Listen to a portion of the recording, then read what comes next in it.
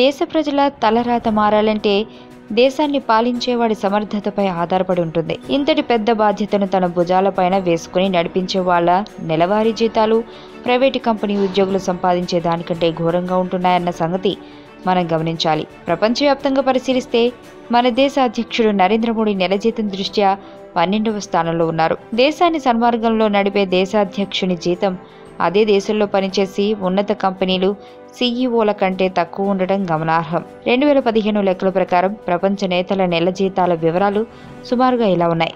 Obama America అధ్యక్షుడు 20,17,821. Angela Merkel Germany chancellor 16,74,025. David Cameron Britain ప్రధాని 10,96,775. Putin Russia అధ్యక్షుడు 7,52,300. నరేంద్ర మోడీ భారత్ ప్రధాని 1,60,000.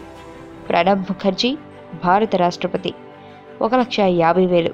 జీ జిన్పింగ్ చైనా అధ్యక్షుడు 1,11,864. మీకు తెలియని మరిన్ని రహస్యాలను తెలుసుకోవాలనుకుంటున్నారా? అయితే సబ్స్క్రైబ్ చేయండి రహస్యవాణి.